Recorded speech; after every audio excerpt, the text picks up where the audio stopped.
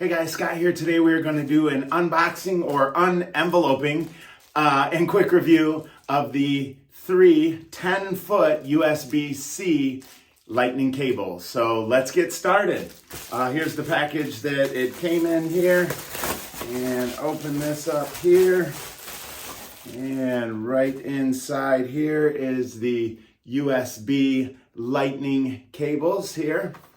And I'm going to open these up here.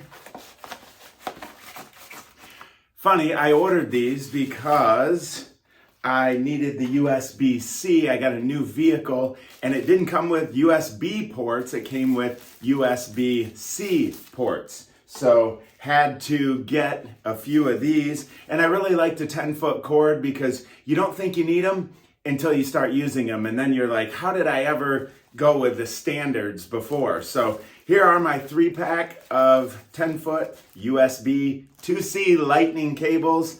And I think they're gonna work out great.